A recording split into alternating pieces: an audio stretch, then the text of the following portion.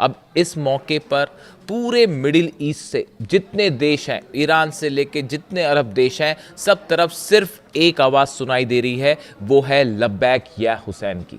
और ये नारा वो है जो इस समय ईरान से, तेहरान से सुनाई दे रहा है। इसके साथ ही पूरा तेहरान, पूरा ईरान एक मांग और कर रहा है, और वो मांग ये है कि खामेनेई साहब के हत्यारों से बदला लो, खामेनेई साहब के कातिलों को अभी सजा देना बाकी है। देखिए, एक तरफ ईरान और अमेरिका के बीच एमओयू की बातें हैं, एमओयू की तमाम शर्तों को लेकर चर्चाएं हैं, लेकिन इसी बीच हकीकत ये है कि ईरान की सेना आईआरजीसी एक बड़ी जंग की तैयारी में जुट चुकी है, और कई बातें, कई डेवलपमेंट्स ऐसे सामने आए हैं जो इसे और इशारा कर रहे हैं कि ये जो एमओयू है ये ज़्यादा दिन नहीं टिकने वाला और ये टूट जाएगा। और पूरा ईरान एक साथ, आप देखिए जो तस्वीरें ईरान से सामने आ रही हैं, तेहरान से सामने आ रही हैं, लाखों करोड़ों लोग सड़कों पर हैं और वहाँ जो नारे लग रहे हैं, और हर शख्स के मन में अब भी ये बात है कि अली खामेनेई साहब के कातिलों से बदला लो। ये मांग तेहरान से उठ रही है, वहाँ की जनता से उठ रही है। देखिए, इसके बीच हॉर्मूज को लेकर बड़ा डेवलपमेंट सामने आया है, और हॉर्मूज को लेकर एक बड़ी साजिश का खुलासा भी हुआ है। देखिए, ईरान की सेना की तरफ से, खास तौर पर आईआरजीसी की तरफ से ये बयान दिया गया है कि हॉर्मूज में अगर कोई भी नया रूट बनाने की कोशिश की गई तो ये ईरान की सेना को कतई मंजूर नहीं होगा, और अगर किसी रूट से, वहां से नए रूट को फॉलो करके जहाज गुजरने की कोशिश करते हैं तो उन्हें निशाना बनाया जाएगा। ईरान ने साफ कर दिया है कि हॉर्मूज से वही जहाज गुजरेंगे जो ईरान की सेना के संपर्क में है, ईरान की सेना को जिनकी जानकारी है और जिनको गुजरने की इजाजत ईरान की नौसेना देगी, सिर्फ वही जहाज वहां से निकलेंगे।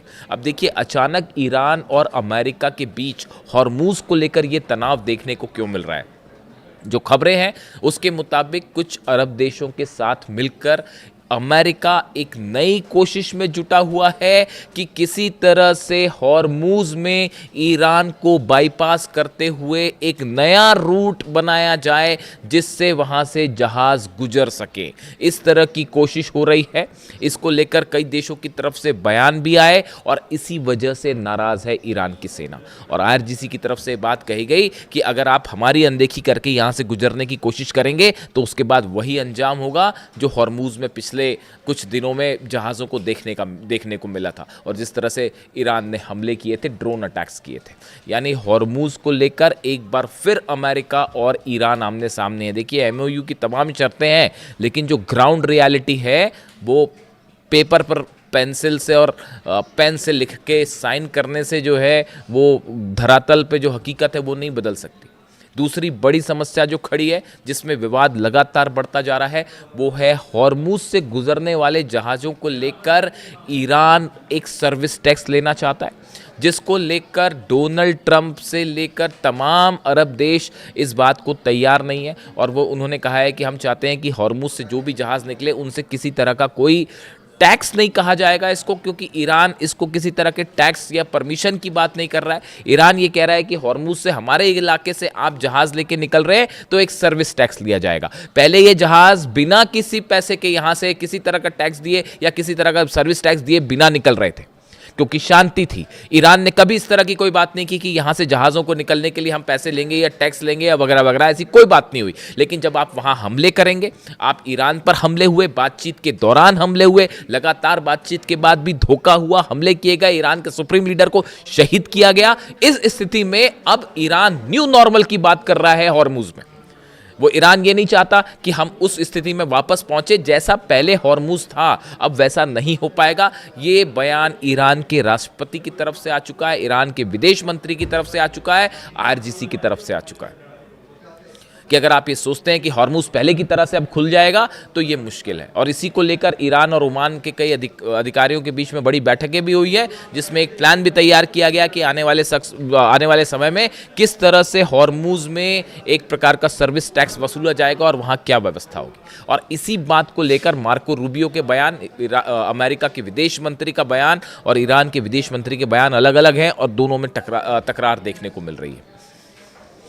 और यही हाल डोनाल्ड ट्रंप का भी है। डोनाल्ड ट्रंप की तरफ से भी बयान आया है कि किसी तरह का सर्विस टैक्स मंजूर नहीं होगा और हॉर्मुज पूरी तरह से खुला रहना चाहिए, वरना ये शर्तों का उल्लंघन होगा, एमओयू का उल्लंघन होगा। इसके अलावा देखिए बड़ा एक और डेवलपमेंट है, यूएई की तरफ से बयान आया है। देखिए यूएई और ईरान फिर आमने सामने, और जो खबरें हैं वो बड़ी चौंकाने वाली खबरें हैं। एक बड़ी जंग की तैयारी हो रही है पर्दे के पीछे, जिसमें कई अरब देशों को साथ लाने की कोशिश है अमेरिका की, और ये अंदेशा है, सब इस बात को जान रहे हैं कि ज़्यादा दिन ये एमओयू नहीं चलने वाला, ये कैंसिल हो जाएगा। और ऐसे हालात में एक बार फिर ईरान पर बड़े हमले की तैयारी हो रही है, और यही इनपुट रूस की तरफ से भी आया है। रशिया की एजेंसीज ने भी सतर्क किया है ईरान को, बल्कि ईरान की लीडरशिप से रूस की लीडरशिप की बात भी हुई है, और ये कहा गया है, इस बात को लेकर अलर्ट कर दिया गया है कि एक बड़े हमले के लिए, बड़े जंग के लिए तैयार रही है, और जिस तैयारी में ईरान जुट गया है।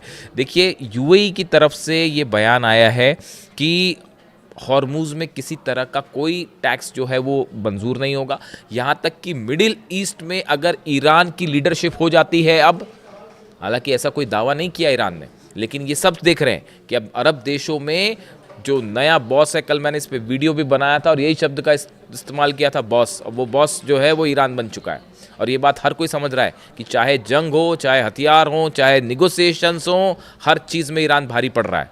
अमेरिका पे भारी पड़ रहा है, अरब देशों की तो बात ही छोड़ दीजिए आप। ऐसे में यूएई का कहना है कि हमको ये जो नया एक समीकरण बनता दिख रहा है मिडिल ईस्ट में, ये हमें मंजूर नहीं है। ये बात कही है यूएई की तरफ से कही गई है। देखिए यूएई के जो प्रेसिडेंट हैं, उनके सलाहकार हैं अनवर गर्गाश। ये वो शख्स हैं जो बेहद करीबी माने जाते हैं, और इनकी सलाह यूएई के जो राजनेता है और लीडरशिप है वो फॉलो करती है। ऐसे में इनकी तरफ से ये बयान आया है कि मिडिल ईस्ट में कोई नया लीडर हम बर्दाश्त नहीं करेंगे। यानी मिडिल ईस्ट में जो एक पावर चेंज है, पावर शिफ्ट है, ये असल में हो चुका है। ये जंग के पहले जो हालात थे वो पूरी तरह से बदल चुके हैं, और अब जो न्यू नॉर्मल है ईरान उस पर अड़िग हो गया। यानी निगोसिएशन ईरान अपने दम पे कर रहा है, अपनी शर्तों पर कर रहा है, जंग अपनी शर्तों पर लड़ी, अपने हिसाब से हमले किए, अपने हिसाब से उसने तय किया कि कहाँ हमले होने। पूरे अरब देशों पर एक साथ हमले, अमेरिका पे हमले, इजराइल पर हमले। आप गिनती लगा लीजिए कितने देश हैं, वो मिल के भी ईरान का कुछ ना बिगाड़ पाए। ऐसे सूरत में अब ये हॉर्मुज को लेकर नया विवाद खड़ा हो गया। इसके साथ ही आप देखिए मिसाइल्स को लेकर ज़बरदस्त चर्चा है डिफेंस सर्कल में। पहले देखिए जो एमओयू साइन हुआ है, इसकी 14 शर्तें मैं तो रट चुका हूँ उसको, एक एक चीज़, और मैंने हर एंगल पर उस पर विचार करके देख लिया। उसमें कहीं पे भी ये शर्त नहीं है कि ईरान की मिसाइल्स प्रोग्राम पर कोई बात होगी। लेकिन उसके बाद देखिए फिर भी एक बड़ा विवाद छिड़ा हुआ है, और अमेरिका की तरफ से इस तरह के बयान आ रहे हैं कि ईरान की मिसाइल्स पर भी चर्चा होगी। और इस तरह के बयान जब अमेरिका के डिप्लोमेट्स की तरफ से आए तो इसकी वजह से ईरान की सेना और आईआरजीसी गुस्से में। उसका कहना है कि इस तरह के बयान इस एमओयू का सीधा सीधा उल्लंघन है, हम मिसाइल्स कैपेबिलिटी पर कोई बात नहीं करेंगे। ये बात ईरान की तरफ से साफ कर दी गई। तो फिर आखिर ये मुद्दा उठा क्यों कि ईरान की मिसाइल्स पर बात होगी? उसकी वजह है नेतन्याहू, उसकी वजह है इजराइल। नेतन्याहू और इजराइल का सबसे बड़ा खौफ है फतह 2, सबसे बड़ा खौफ है खुर्रम शहर, सबसे बड़ा खौफ है सेजल। ये वो मिसाइलें हैं, इमाद और कद्र जैसी मिसाइलें जो बरस रही थी जब इजराइल पर, तो इजराइल के 12 शहर जल रहे थे। तो सबसे बड़ा खतरा जो है नेतन्याहू को लगता है वो ईरान की मिसाइल से रखता है कि इस पर कंट्रोल होना चाहिए। देखिए एटम बम की बात होती है, एटम बम से इजराइल को कोई खतरा नहीं है, इस बात को समझिए। ईरान का ये एक बहुत बड़ा प्लॉट है, साजिश है, ईरान पे हमले करने का एक बड़ा बहाना है। अगर इजराइल पर कोई भी न्यूक्लियर अटैक होगा, मान लीजिए हाइपोथेटिकल बात करते हैं कि ईरान ने न्यूक्लियर बम बना लिया और उसको जो है उसने दाग दिया इजराइल के ऊपर, उसका नतीजा क्या होगा? पूरा मिडिल ईस्ट खत्म हो जाएगा, पूरा फिलिस्तीन गाजा खत्म हो जाएगा, सऊदी खत्म हो जाएगा, यूएई खत्म हो जाएगा, जॉर्डन, बहरीन, सब देश, उसका ऐसा रेडिएशन फैलेगा, ईरान तक उसका रेडिएशन जाएगा, कुछ नहीं बचेगा। उधर रशिया तक रेडिएशन जाएगा, यूरोप तक रेडिएशन जाएगा। तो आप खुद सोचिए, क्या ऐसा हमला हो सकता है ईरान की तरफ से कभी कि वो अगर एटम बम दे भी दिया जाए, मान लेते हैं एटम बम बना लिया ईरान ने, तो क्या इजराइल के ऊपर अटैक कर पाएगा, न्यूक्लियर अटैक कर पाएगा? बिल्कुल नहीं कर पाएगा। इसलिए असली खतरा नेतन्याहू को लगता है ईरान की मिसाइल से, और ये जो एमओयू साइन हुआ है इसमें मिसाइल का जिक्र ही नहीं है। इसीलिए खौफ खा रहे हैं नेतन्याहू और इजराइल के तमाम डिफेंस एक्सपर्ट। किसी तरह से ईरान की मिसाइल्स पर रोक लगानी है, और वो इस पर बात करने के लिए ईरान तैयार ही नहीं है। ये एक इजराइल और ईरान के बीच मुख्य मुद्दा है विवाद का। इसके अलावा आप यूरेनियम की बात करें, देखिए अमेरिका का मुख्य कंसर्न है कि किसी तरह से न्यूक्लियर पावर बनने से रोका जाए, क्योंकि मुख्य उसको इस बात का डर है कि न्यूक्लियर बम बन जाता है तो फिर खतरा जो है वो अमेरिका पर हो जाएगा। तो अमेरिका का फोकस है न्यूक्लियर और यूरेनियम, नेतन्याहू का फोकस है मिसाइल्स। देखिए ये एक ऐसा, दोनों के बीच में ये जो अंतर है ये एमओयू में भी रिफ्लेक्ट हो रहा है और यही बड़ी वजह है विवाद की। अब देखिए यूरेनियम को लेकर जो दावे अमेरिका की तरफ से हो रहे हैं, इसको लेकर भी ईरान की सेना गुस्से में है। मैं ईरान की लीडरशिप की बात नहीं कर रहा हूँ, मैं ईरान की सेना की बात कर रहा हूँ, क्योंकि ऑन ग्राउंड जो असली डील है वो अहमद वाहिदी साहब कर रहे हैं, ईरान की सेना और आईआरजीसी के प्रमुख कर रहे हैं। आईआरजीसी के प्रमुख, आईआरजीसी के जो चीफ है अहमद वाहिदी साहब, उनकी तरफ से ये बात साफ कह दी गई है कि ये जो बार बार यूरेनियम को लेकर, जब अभी यूरेनियम पर कोई बात ही नहीं हुई है, 60 दिन पे अभी कोई टेक्निकल बातचीत ही नहीं हुई है, तो अमेरिका की तरफ से ये बयान आना कि आईए के इंस्पेक्टर्स वहाँ जाएंगे, आईए के चीफ की तरफ से रफल ग्रासी की तरफ से ये बयान आना कि हम आज नहीं तो कल हम ईरान चले ही जाएंगे और वहाँ पे जो है इस्फहान से और फोरदोर से और नतांज में जाके इंस्पेक्शन भी कर लेंगे और यूरेनियम भी निकाल लेंगे। यानी ये ऐसी बातें हैं जिसकी वजह से ईरान की सेना गुस्से में है कि ये इसको फिर वो धोखा मान के चल रही है। इसी तरह आप देख लीजिए कंपनसेशन को लेकर भी बड़ी हैरान करने वाली बातें हैं।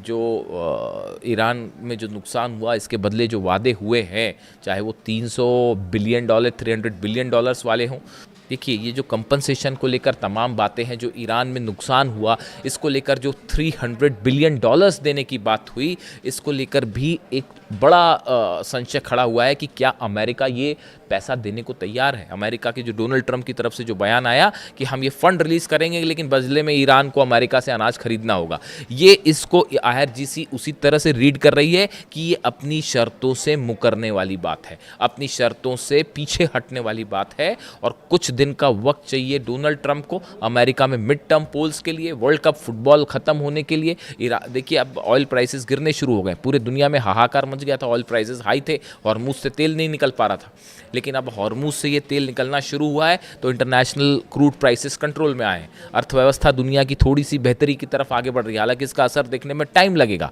लेकिन क्या यही दांव था डोनाल्ड ट्रंप का कि पूरी दुनिया में अगर हाहाकार मच जाता, इकोनॉमी बैठ जाती दुनिया की, तो चुनाव हार जाते Donald Trump, mid term polls America का। क्या उसको मैनेज करने के लिए ये डील का खेल खेला जा रहा है? ईरान इस बात को अच्छी तरह से समझ रहा है और यही इनपुट केजीबी की तरफ से आया है, रूस की खुफिया एजेंसी की तरफ से भी आया है और चाइना की तरफ से भी ऐसे इनपुट मिले हैं ईरान को कि आने वाले वक्त में पिछली बार से ज़्यादा बड़ा अटैक हो सकता है और इसके लिए एक बड़ी लॉबी भी शुरू हो चुकी है अरब देशों को अपने साथ लाने के लिए।